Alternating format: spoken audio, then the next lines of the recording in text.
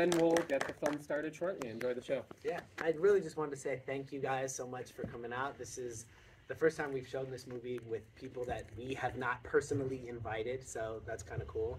And the premiere is tomorrow, so this is sort of like a little pre-premiere situation. And it's on this beautiful screen in IMAX. So thank you so much. Enjoy and see you after. Quite loud. We might not need it. There's 17 of us. Well, thank you guys so much for being here. You want to turn it up? Should we just... I feel like we can just... You guys can hear us, right? Yeah. I think we'll be okay. Good. Well, thank you guys so much for being here. And such a fun movie. I just want to go back to the beginning and kind of get a sense of how the film came together. It's a remake of a 1991 classic with Christina Applegate, and I just want to get a sense of how it came together with this cast, this director, this team, and why specifically BET Plus was the best home for it. Great question. Take it away. Okay. Well, I bought this as a pitch at a company I used to work for that was a film financier, and it was an incoming call from one of the producers, Warren Siegel, who I knew. He said, I'm going out with this pitch. It's a remake of Don't Tell Mom the Babysitter's Dead. Of course I knew the title, very iconic from when I was growing up. Do you want to hear it? I said, absolutely. The writer, Chuck, came in with some of the original producers, and actually a different director was attached at the time when I bought it. He pitched the whole movie that you just saw, and it really didn't change much at all. The line in the movie where he says... The script. Obviously, the script. Yeah. The line where he says, we have a dead white woman in our house, they've lynched folks for much less. That was in his pitch, and that was when I was like, oh, this movie's dark and different from the original. And I was a little nervous to touch a beloved classic, but there was a reason for this movie to exist, I thought, and it wasn't just let's do a remake. But I don't think the movie really became what it was until Wade came on the scene. And I mean, like, as soon as he started pitching his vision for it and what he saw and what drew him to it, which I'm sure he can tell you guys about, I just, like, saw the movie come to life, and I knew with him behind the wheel, we were going to have something really special that would exist on its own, that hopefully would do justice to people who love the original, because it really is a love letter in a lot of ways to the original, but also would really have a reason to exist on its own. And after that, I knew we were in good hands. In terms of BET, they came on really early as partners. I put this together as an independent film. It has a bunch of different licensing deals that I won't bore you with, but BET was one of the first people in. Marvin, our executive there, massive fan of the original, and really wanted to make something like that for the BET audience. And we were just really excited to have their support and to have them champion and get behind this movie so we could really make it specific and make it for this core audience. Cool. And Wade, coming onto the project, how did you find it? How was this, how did you feel like this was the right fit? And, I mean, you came, like, dressed with such a representation of the movie. I mean, like, talk to us about the fashion influences and how much that played into your coming on as well. Yeah, well, I mean, for me personally, like, I wasn't, so it got sent to me as a script from my agent. I had done a very, very small movie for like $25,000 before this, and that was like 10 years ago. And I had been trying to figure out what my next thing was. I'd been writing in TV rooms. I had been acting. And then this script came around, and I was like, remake, I'm good. No, thank you. And then read the script and was just like, this is really funny, and this is really interesting, and it feels super authentic and real. And Juliet and I had actually met when I had made my first movie. And so we talked, we got together. I was like kind of pontificating on the value of a remake, being like, I don't know if this is a good idea. Are you sure you want to do it? But ended up just really kind of seeing myself in the movie as like the oldest of 4 siblings, and just really seeing the movie as a sibling love story, even though the script was already really funny. And being like, and then seeing the original, which I knew about but wasn't like a fan of or anything. But I, excuse me, sorry. But I, just really wanted to do something zany and crazy and that had that spirit in it. And so to be able to bring some of those different things together to the movie was like, if you're going to give me a job, if you're going to hire me for this, absolutely, let's do it. Yeah, that's awesome. And so, I mean, a lot of that zaniness comes out of all of these fun interactions between all of the cast members. So talk to us about, like, working with the cast, but also specifically working with the cast of primarily kids. And, what was, take us into, like, what it was like on set. Yeah. Well, June Squibb was already cast, the babysitter, who was just phenomenal. Yeah, exactly. I mean, Academy Award nominated June Squibb.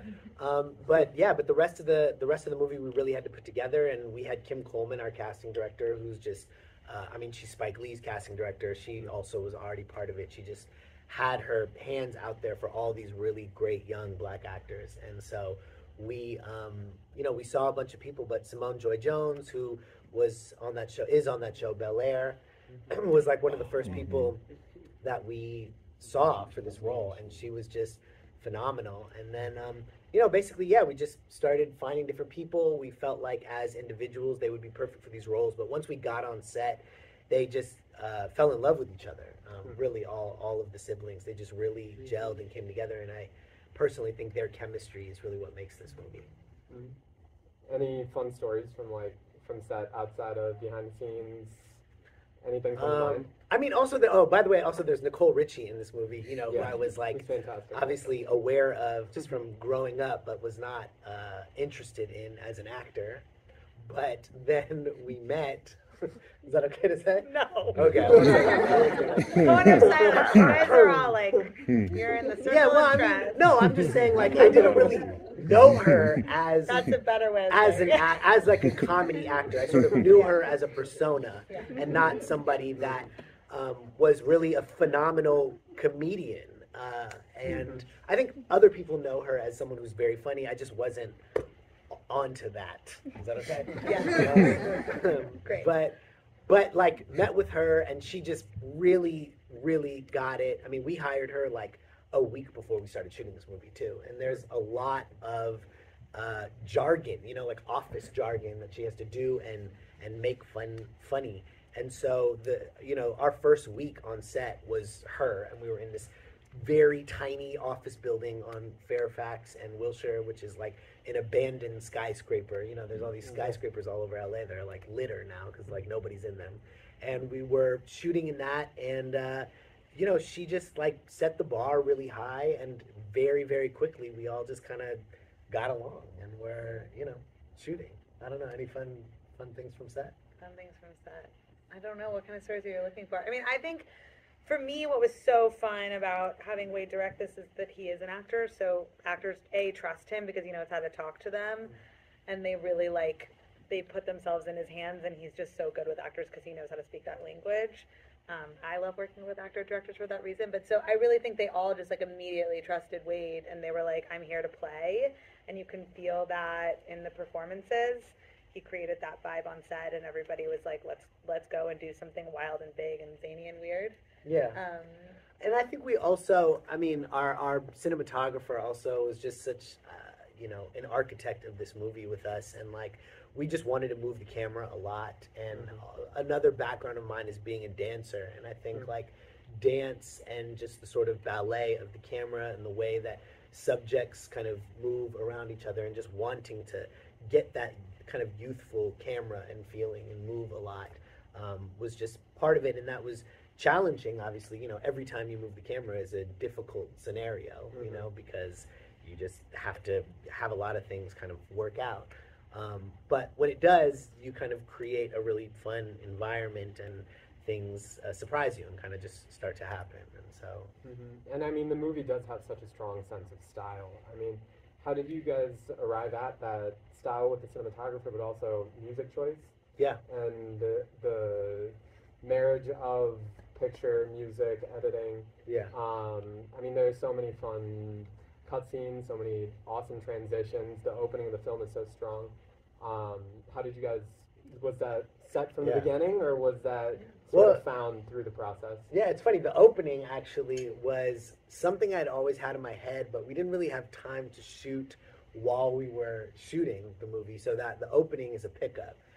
Just the sort of fabric shots, but like really wanted to kind of set the tone of just immersing ourselves in fabrics and different kind of fabrics, because obviously fashion does play a character in this movie. But it's like not talked about that much. I mean, it's at the setting, and obviously the clothes. Like our costume designer Ceci is this legend from like the days of TV in the 90s, like Living Single and Different World and all that stuff. And you know, so I think the style really just came from like not wanting to sit back at all and wanting it to feel like a ride, wanting to make something kind of in the ilk of like Ferris Bueller, you know, where really it's just like kids just get to get away with like anything, you know what I mean? And like we don't get that, you know, we don't get that in Black stories really, where it's like, I mean, look, obviously it's these young kids, these young Black kids who are dealing with this old, you know, dead white lady's body, and it's like a lot of that can be very quickly horrifying and terrible. And I always came into it and was like, I just wanted to feel kind of buoyant and like never worry about these kids and just be able to be like, it's a fantasy, you know, and we don't get that very often. And so it was important to me to like make that feeling of like, yeah, it's always going to be good for these kids, and like, let's just have fun. And I mean, the siblings play maturity so well. Like the way they grow up in the movie is so fun to see. Oh, cool. I will say about music too, because you asked about that. Yeah. Wade, I mean, like, one thing I love about Wade is, like, he has such a clear vision, and it's the same from the start to the end. He, like, knows exactly what he wants. But a lot of the songs in the movie, like the credits song, you know, the song when they're driving in the car and the credits come on? The William Devon song. It was, like, the second week of shooting, and he goes, I have this vision for the credits. This did not exist. I had to, like, get a process trailer, add an extra half day to shoot this, because it was not in the script. But he was like, I have this vision of just like after the body goes in the lake, that's where we put the credits, and like they're driving and this song comes on. He's like, I'm listening to this every day, and he like plays the song for me. And then of course I start listening to it on the way to set every day. That song was so expensive for our teeny tiny budget, but like we had to make it happen. When they were in the car shooting that, he had them playing that song, so they were actually listening to that song. Same thing in the arcade, that Herb Alpert song that plays in the arcade, This Guy's in Love with You. He was like, this is how I envision the arcade, and he plays that song for me before we shot that sequence. So a lot of that was kind of like baked into the movie, actually, like in your soul as you were filming this movie, like you think musically. And I think, you know, a lot of the songs we picked later, and we had a partnership with Interscope, and they were awesome, but like some of the core musical moments were like really baked into the vision. And some of that stuff came from necessity. I mean, we shot in this arcade, this Dave & Buster's, and it was like you know that stuff? Yeah, and so, you know, Juliet was like, this is going to be really loud to shoot here, and like it's going to be difficult, there's going to be some ADR, and I was like, okay, well, maybe there's another way to approach this scene so that we can use music to our advantage to like make it feel bigger, you know, than it is, and be able to just kind of do some fun things with it. So to simplify, when in doubt, shoot MOS. Always, yeah. No, I mean, sound is very difficult, obviously, and that will sort of show your budget very quickly. You know what I mean? Yeah. Well, since you guys brought it up, are you able to share the budget, or is that lock and key? I don't think I can share numbers, but I can tell you whatever you think it is. It's probably a quarter of that, if not less. I mean, the thing that I will tell you, we made this movie for significantly less than the original was made for in 1991. And that tells you what the marketplace is like for comedy. Stories. Yeah, I hate to say it, but it's true. But I hope that everybody goes and sees it. Please tell your friends to see it on April 12th. And that we can keep saying, like, you tell us there's no audience for these movies, and that because it's a Black, like, cast of characters, you're going to give me half what they gave white people in 1991, but look how much it made. So like we have to just keep proving the buyers wrong, because it's disgusting. So you're sort of touching on the distribution side. Can you talk to us about some of the production challenges, pre-production challenges that come along with working on that budget? Yeah, I mean, well, the number one challenge we had was that it was a writer's strike. So we shot this movie in the middle of the writer's strike. We weren't breaking any rules. Our poor writer, who this is his baby, wasn't able to be on set for a single second of it. But we also didn't have the ability to make changes because we had to lock a the script on May 1st. Which, a lot of you guys are filmmakers or film students, so I think you understand how almost impossible it is to not be able to issue revisions or say here's the blue pages or anything like that. It's just the script is the script, you figure it out. So that was, I think, the biggest challenge. But then from a production standpoint, I think a lot of the way that we shot it, there's not a ton of huge wide shots because we couldn't afford to have a lot of background. But Wade baked that into the strategy, and every time I've made a movie, because I make a lot of indie films, so I never have a huge studio budget, it always has to be built into the plan so that it's an organic part of the vision, and hopefully you didn't feel it. But we chose where we could have wide shots, right? You have the fashion show, a pool party, and the house party, and even those we really had to shoot them in a way that you never have this big overhead shot with 100 people because we couldn't afford it. So I think those are some of the bigger challenges. Days, just how fast he had to work. Yeah. I mean, for me, like I said, I had made a movie for $25,000, so everything seemed big to me. I was like, oh shit, we have so much money. I'm so glad you felt that way. And also coming from television, coming from television was helpful because in TV you have to move very fast.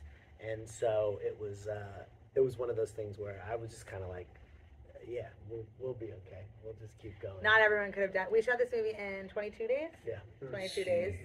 Wow. Yeah, and it was not a short script, and it also has a lot of people in it. So it's not 2 people in a house for 22 days. It has a lot of locations. I mean, it was contained in a way because a good chunk takes place in a house and a good chunk takes place in the office. So that saved us for sure.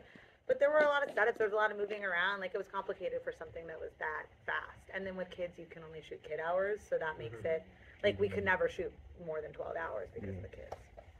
Yeah. Wow.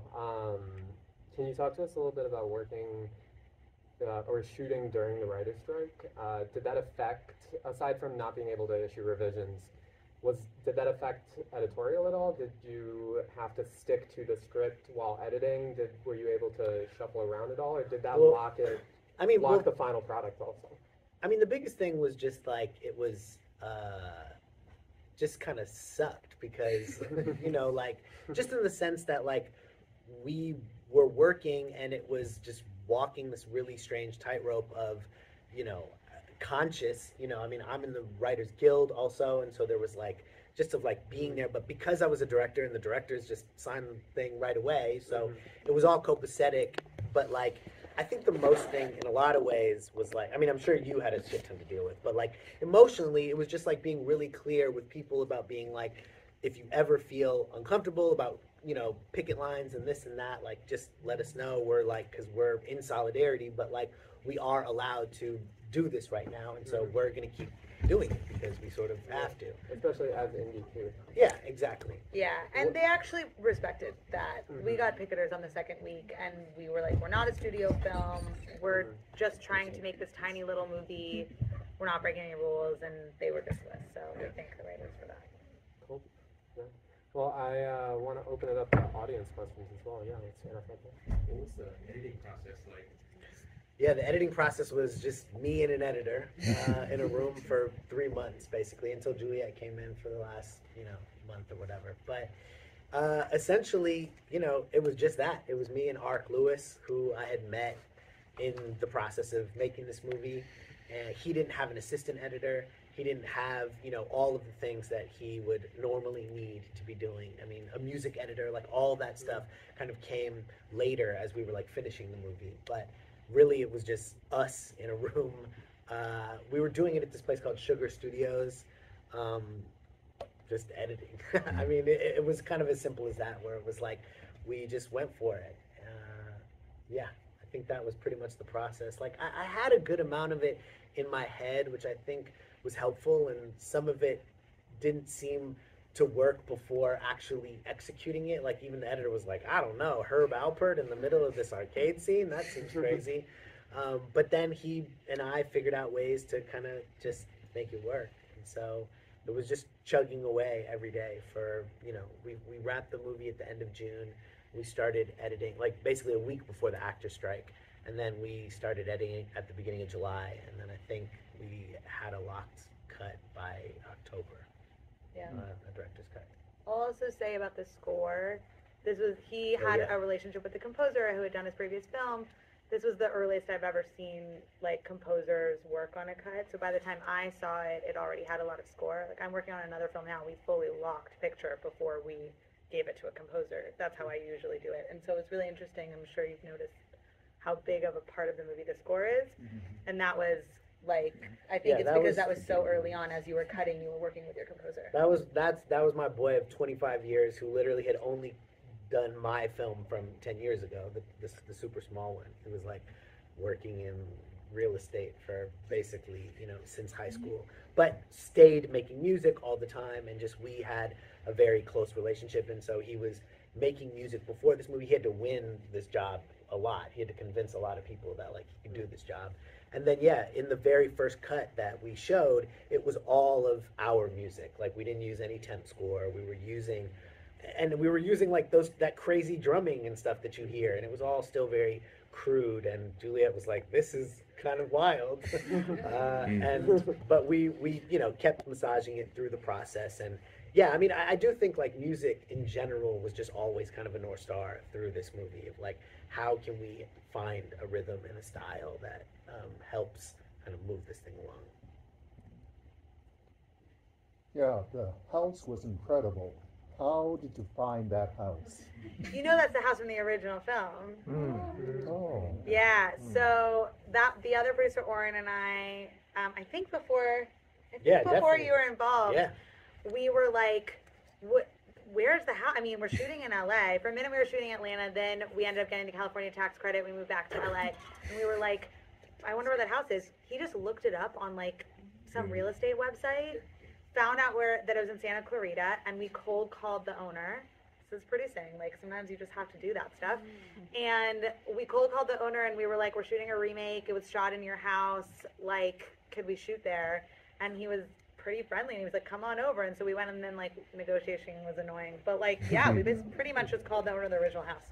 Yeah, and I think I found it sort of funny and absurd that, like, 30 years later, this same story with a black family took place. And I think we were trying to do something kind of meta in general. For those of you who know the original, there's a fair amount of cameos. And like we said, we stuck pretty close to the original story. And we really wanted to be in cahoots with the original and in conversation with the original.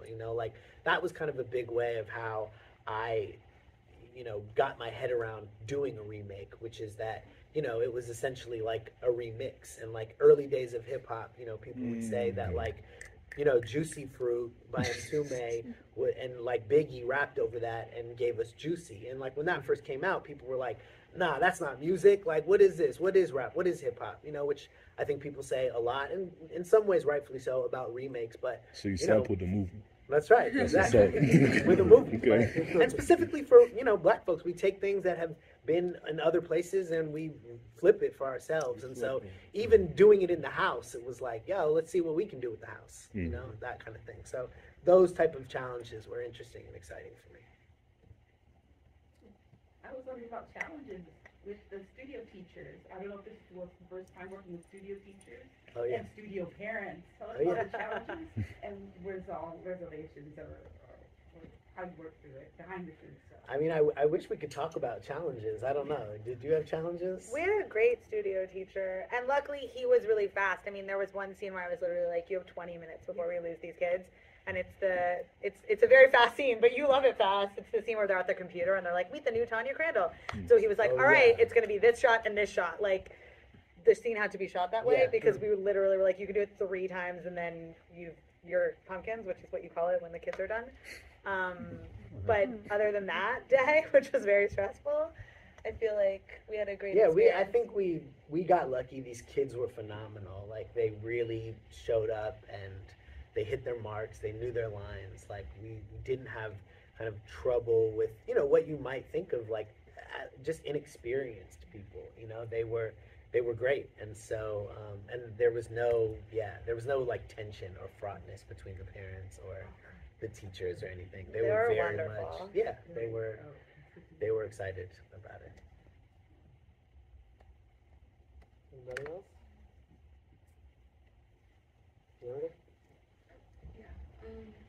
Did you take anything, like, you've worked with a lot of really amazing directors as an actor, like, was there, like, some thing that came in that you took, like, some favorite, like, little trick or something that you were like, oh, this will be perfect right Oh, here? for sure. I steal as much as I can. Absolutely. You know, I think we really, I stole from movies a lot. You know, I mean, the biggest influences, I think, for this movie, besides Ferris Bueller, was like Crooklyn was a really big influence, you know, just with this like sibling love and these families. And just the energy of Spike Lee in general. Like, he's just not afraid to just go for it. And so I was sort of like, we got to be bold. Either we die bold or we, you know, just die boring, I guess. And then also like Working Girl. You know, Mike Nichols was a big influence of just like what The Office looked like and felt like. And yeah, I mean, I think I try to steal from everyone all the time. And also you steal from anybody who's close to you. I mean, Juliet had ideas all the time. My cinematographer had ideas all the time. Like my first AD, you know, would be like, hey, what if we did this? And like some directors I think might be a little, you know, like, shut up, this is my thing. And I was like, best idea wins, you know, like we're out here just trying to make this thing happen, and if anybody has any funny ideas, you know, and if you don't, shut up. But you know, I think you really just try to take as much as you can, as often as you can. Obviously, there's still so many movies that I want to see and know, and like you can't watch them all and steal from them all, but like you try to find the ones that you like and I guess emulate that, and it's always going to come out as you and your own voice, I think.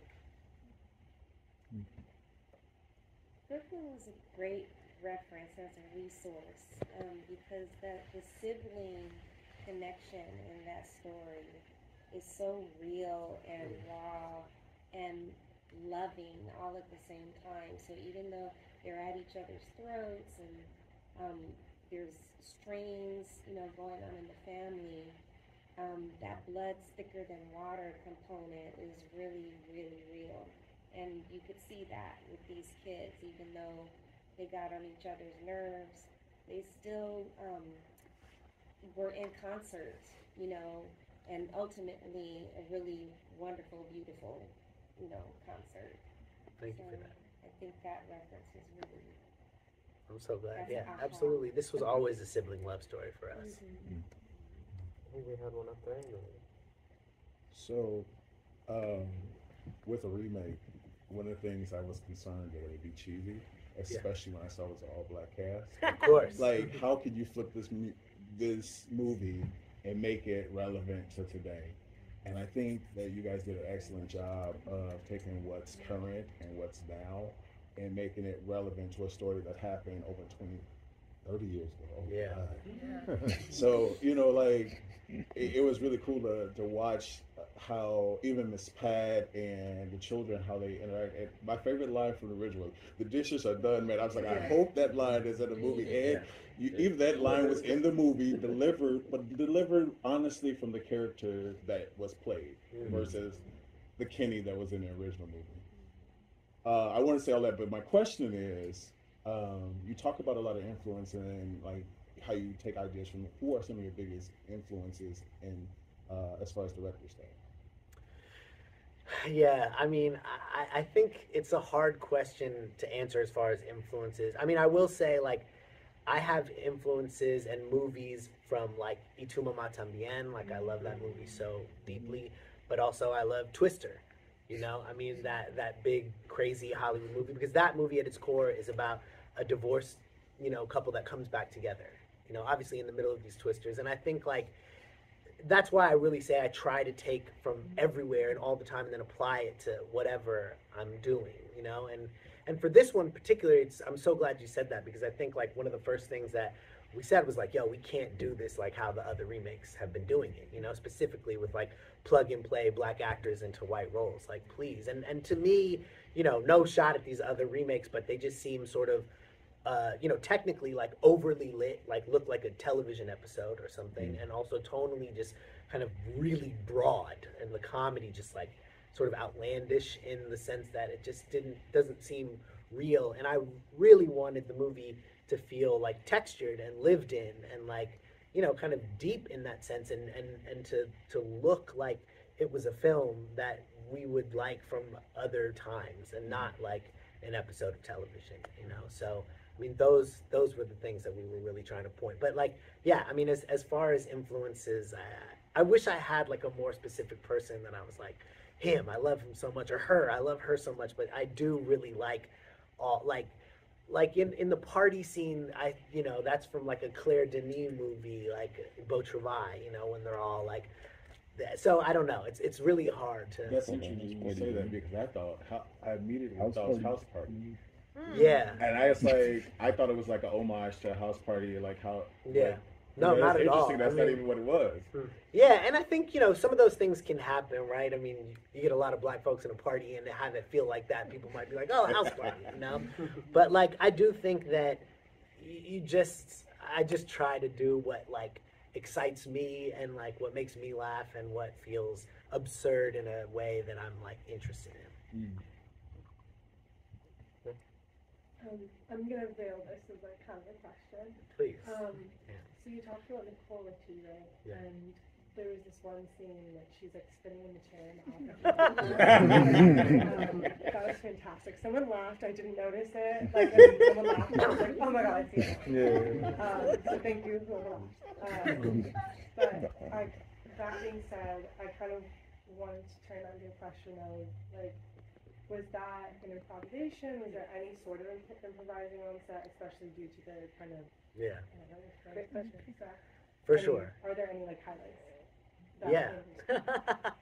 That is a great question. For you. Yeah. I mean, I'll say that also, just it's said in the deal with the directors and when directors take on that there is a certain amount, I think it said like casual dialogue. And yeah, improv was allowed. And like I called everybody and asked all the questions before we started. Yeah, there was, I mean, like she said, like the credit sequence, like that wasn't in the script. So there were some freedoms that I could take and, you know, and do. So that moment in particular is fun. I mean, I just kept finding things with Nicole in the moment. I mean, she was so down and just like, you know, ready to just be as sort of like off the wall as possible. That scene initially, she walked into her office for the first take. She walked into her office and slammed the door.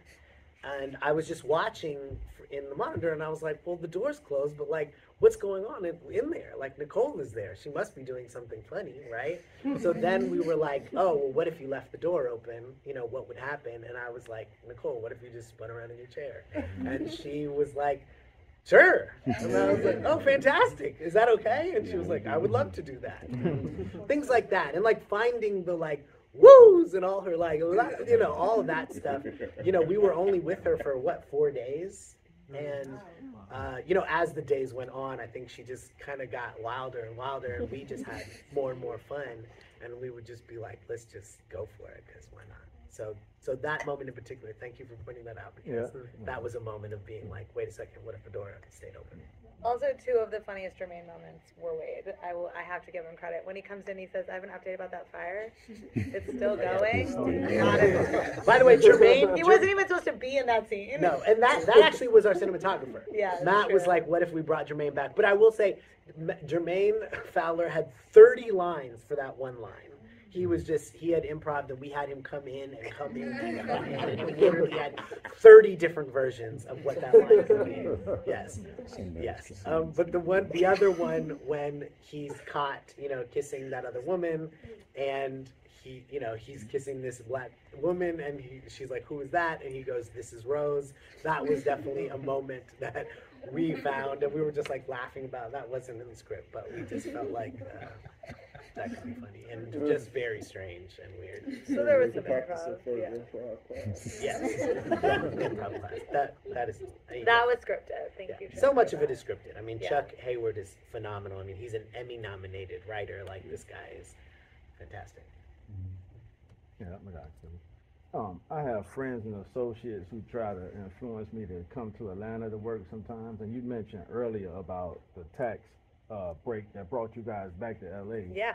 What are some benefits and biases towards LA, because I have to have some clapbacks for them. Like, yeah, you should, because I like LA better as a city. If you just take the film out the equation, I'll choose LA over Atlanta. I love but that. back to the film. Yeah, back to the film. What are some of the biases that, besides the tax credit, that say, hey, I'm glad we're going back to LA to film? Well, I've never shot in Atlanta, but I did a lot of research, and one of the things I was worried about is that there is a lot of filming there, and the crew base is not as big as it is in LA, even though there's a lot of crew. If a Marvel movie comes to town, your indie movie is screwed. Because they're all going to go take a bigger paycheck and work on that Marvel movie. In the middle. And they'll leave in the middle, exactly. So, like, what I heard from a lot of producers is you have to budget to bring people in from other states because their crew base isn't deep enough that if another thing comes to town, everybody will jump ship the next day and you have to get someone on a plane. That person's not capturing the tax credit because they're not a local, and you have to pay to fly them in, and you have to pay to house them. So at the end of the day, you start doing the math and you're like, how much is this tax credit really benefiting me? So that was one worry that I had. Yeah. Also just cheating. Like I also shot, a New York film and everyone was saying, go to Canada, go to Canada, go to Canada. And I really, really fought to shoot it in New York, even though it was more expensive. And like, I just think you can tell. So I knew on this one, I was like, if I can do it in LA, I want to do it in LA. Because it's an LA story and it's really hard to cheat LA without people knowing. Especially when it's like, when we were going to shoot the movie, it was like November. Yeah, it was literally like it was supposed to be summer in LA. Our DP lives in Atlanta, so we were like, how do you think, how are we going to pull this off? And he was like,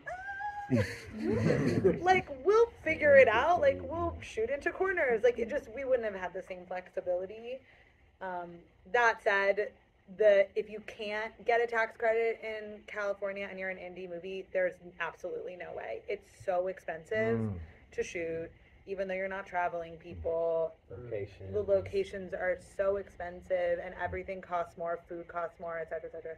And you really need, like, small movies need those tax credits to stay alive. So you chase the credit.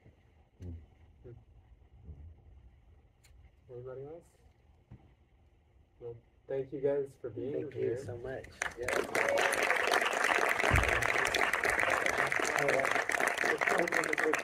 Yeah, please tell everybody. Tell everybody April 12th. Support the movie April 12th. Go to theaters.